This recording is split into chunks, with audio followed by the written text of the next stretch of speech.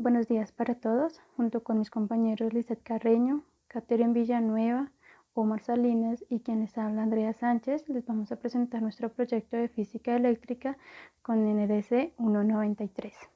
La primera parte de la guía trata sobre la idea de circuitos resistivos. Entonces, pues nosotros en esta guía tenemos como objetivo identificar la relación existente entre resistencia, corriente y voltaje. Analizar tablas de datos de voltaje, resistencia y corriente para buscar las relaciones de correspondencia entre ellas y finalmente construir circuitos resistivos bajo diferentes configuraciones para posteriormente calcular valores de corriente y voltaje en las resistencias que lo constituyen. En esta primera imagen nosotros vemos un circuito en serie conformado por 6 baterías y una resistencia.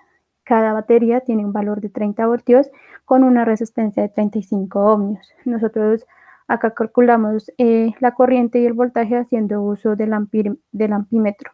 Entonces, calculado los voltajes, entonces nosotros lo que hicimos fue hacer una gráfica de voltaje versus corriente, entonces obteniendo como resultado una línea recta. Esta línea recta se obtuvo con una regresión lineal utilizando la fórmula y igual a A más B por X, donde A es el punto en el que la recta corta el eje vertical y B es la pendiente de la recta. Entonces, pues hallando teniendo esos valores y esos conceptos, nosotros hallamos esa gráfica. Posteriormente, nosotros obtuvimos la ecuación de voltaje de regresión lineal, que es V es igual a 3,332 más 0,51. Entonces, en esta se aplicó la ley de Ohm, que es V igual a I por R, donde V es igual al voltaje y es la corriente y R la resistencia. Entonces obtuvimos una resistencia de 3,332 ohmios que corresponde al valor aproximado de la resistencia del circuito. Entonces, en esta segunda parte vemos circuitos en series en paralelos. En la primera imagen es un circuito en serie con una batería de 100 voltios y cada resistencia tiene valores diferentes que nosotros le pusimos. Entonces la primera tiene una resistencia de 10, la segunda 15, la otra 45,5, la otra 50, la otra 21 y la otra 32 ohmios. Teniendo en cuenta que es un circuito en serie, utilizamos la ecuación que es resistencia equivalente a R1 más R2 más R3. Entonces, en este caso, nosotros sumamos todas las resistencias, obteniendo una resistencia equivalente de 173,5 ohmios. Así, tuvimos una resistencia total de 173,5 ohmios, una corriente total de 100 y una diferencia potencial de 34,29. Para el segundo caso, el circuito en paralelo, nosotros utilizamos la fórmula de 1 sobre R1 más 1 sobre R2. Entonces, observamos que los circuitos están en paralelos. Entonces, obtuvimos que el de 35 y el de 27 ohmios están en paralelo, así como el de 20 y el de 24, y posteriormente el de 26 y el de 34. Para los tres casos utilizamos la fórmula de R1 de 1 sobre R1, obteniendo una resistencia de 12 de R1 de R12 con un valor de 15,24 ohmios. La resistencia de 34 es igual a 10,90 ohmios y la resistencia de 56 es una resistencia de 14,73. Ya en ese caso el circuito ya deja de ser paralelo y se convierte en serie y sumamos todas las resistencias que obtuvimos cuando las hallamos en paralelo. Entonces una resistencia equivalente de 15,24 más 10,90 más 14,17 nos da una resistencia equivalente de 40,87 ohmios. Seguidamente lo que hicimos fue hallar la corriente total con la fórmula de el voltaje sobre la resistencia equivalente. En nuestro caso es de 70 sobre 40,87 y nos da una corriente de 1,71 ampímetro. Seguidamente nosotros calculamos los voltajes y nos dio que el voltaje para 1,2 es de 26,10, para el voltaje 3,4 es de 18,63 y para el voltaje 5,6 el voltaje es 5,18 voltios. voltios. Así obtuvimos una resistencia total de 81.74 ohmios, una corriente de 23.76 y un voltaje de 139.83. Así observamos que los datos cambiaron debido a que el voltaje tiende a ser constante, también por la variación de la intensidad de la corriente, y las resistencias totales van a ser menor que las resistencias que componen el circuito. También hicimos circuitos mixtos de diferentes casos. Entonces, en los dos primeros casos se observa que son circuitos en serie, y en el tercer caso es circuito en paralelo. Entonces, usamos las ecuaciones establecidas para cada caso y hallamos los datos. Una vez teniendo los datos, se hizo una gráfica correspondiente. Esta no nos dio lineal, nos dio una curva. Entonces, como no es lineal y nos da una semiparábola, quiere decir que pues se cumple la ley de Ohm. Entonces, para volverla recta, nosotros modificamos la corriente obteniendo la línea recta. Entonces obtuvimos un porcentaje de error del 20.57%. Finalmente se concluyó que con esta práctica logramos apropiarnos más sobre la teoría trabajada en clase, y además se comprobó lo establecido por la ley de Ohm, que el voltaje es directamente proporcional al flujo de la corriente, y esta se le conoce como resistencia. La ley de Ohm presenta unas limitaciones, puesto que se puede aplicar a los metales, pero no al carbono o a los materiales utilizados en los transistores. Por otro lado, se debe tener en cuenta que la resistencia cambia con la temperatura, pues todos los materiales se calientan por el paso de la corriente.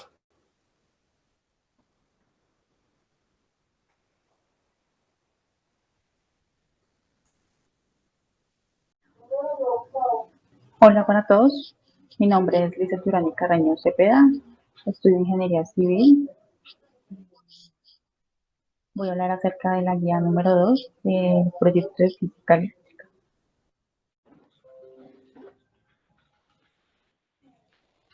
Para la guía número 2, basada en las leyes de Kirchhoff, en la que se realiza la solución del circuito por el método de mallas, se trabajó basada en la ley de voltaje, en donde establece en una malla cerrada como esta, que la suma algebraica de todas las subidas y caídas de tensión es igual a 0.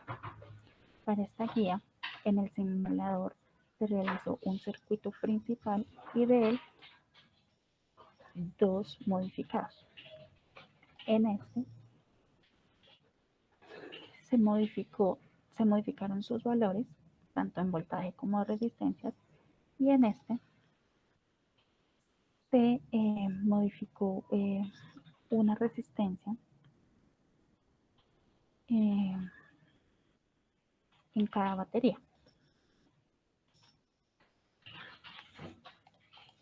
En esta gráfica podemos ver los resultados obtenidos del circuito, en el que variamos el voltaje entre menos 120 a 120, y podemos concluir que el voltaje y la corriente son directamente proporcionales, como se puede ver en la recta, siendo la resistencia un valor constante y genera una pendiente creciente, lo que significa que entre mayor sea el voltaje, más energía va a circular en el circuito, haciendo que circulen los electrones con mayor velocidad. Aquí tenemos el circuito principal planteado para la elaboración de esta guía, con el que vamos a dar el ejemplo para esa técnica de análisis. Aquí podemos observar la malla 1, la malla 2 y la malla 3. Debemos recordar que el número de mallas establece el número de incógnitas y el número de ecuaciones.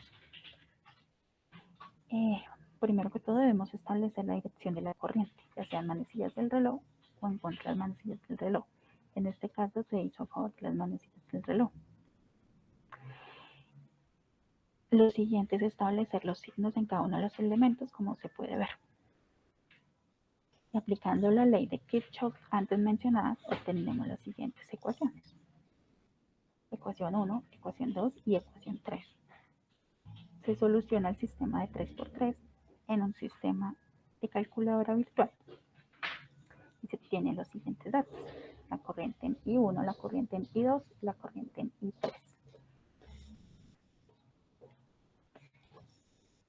Para terminar, de esta guía se aprendió a calcular de manera teórica el cálculo de voltaje, la corriente y la resistencia, Utilizando las respectivas ecuaciones con respecto a la simulación, se simplifica la comprensión de los elementos que componen los circuitos eléctricos, cómo se comporta el flujo de los electrones por todo el sistema, cómo los instrumentos, como el multímetro y el amperímetro, muestran los valores de la corriente y el voltaje en diferentes puntos y nodos en cada malla del sistema. Por otro lado, pueden mostrar escenarios ideales sin límite de elementos y valores para cualquier ejemplo teórico práctico propuesto.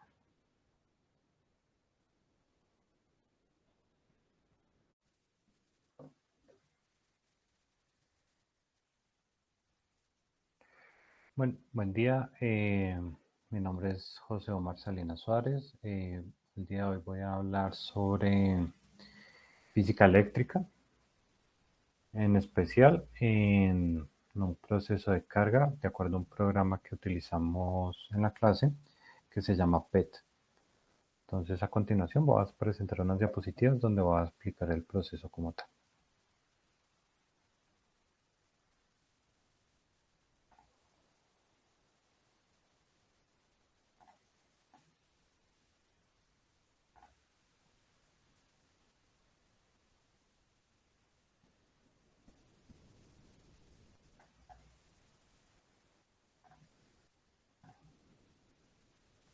Ahora bien, el proceso de carga como tal, nosotros construimos un circuito de acuerdo al aplicativo, como le había mencionado anteriormente, PET, que lo hemos visto en clase, que es precisamente el que vemos en este lado como tal.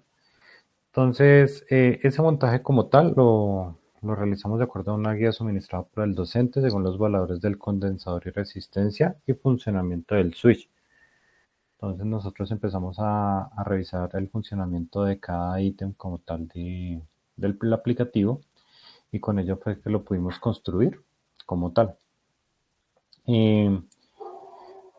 A su vez, empezamos después a utilizar los instrumentos de medición que son también proporcionados por el programa, como por ejemplo multímetro, amperímetro y cronómetro.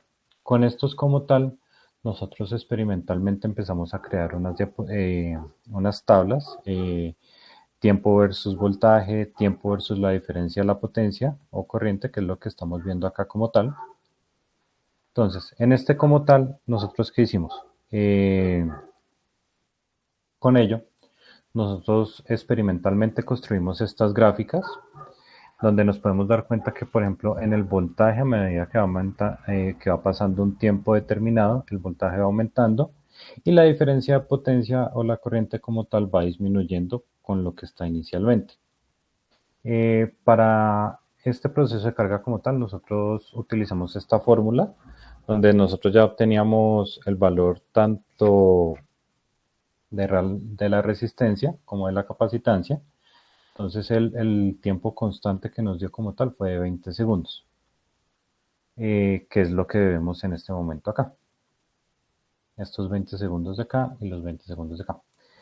Entonces, después de que nosotros hicimos el montaje con el programa y encontramos los valores experimentalmente, nos fuimos a hacer un trabajo numérico con la fórmula que vemos acá de fiteo. Con ese como tal encontramos dos valores por medio de solve. Acá vamos a ver a continuación el montaje cuando hicimos el solve. Acá están los datos que tomamos distintos. Con el solve nos pasó algo interesante. Bueno, teníamos que tener en cuenta varias cosas.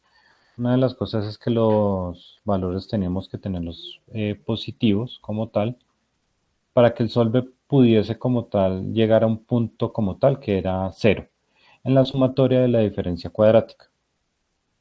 Entonces, cuando encontramos el valor de A y el valor de B, el valor de A como tal hace referencia al voltaje de la fuente, valor de B viene siendo viene siendo como tal el valor de variación de RC. En la gráfica de tiempo versus voltaje, nosotros hicimos con los valores prácticos la gráfica y con los valores teóricos, donde vemos que, digamos, los valores teóricos siguen su línea constante. Con los valores de la práctica sí hubo un dato que arrojó más o menos a los 13 segundos como tal, que nos arrojó cierta diferencia. Pero si vemos, tanto los valores prácticos como los teóricos se manejaron constante durante el proceso de carga.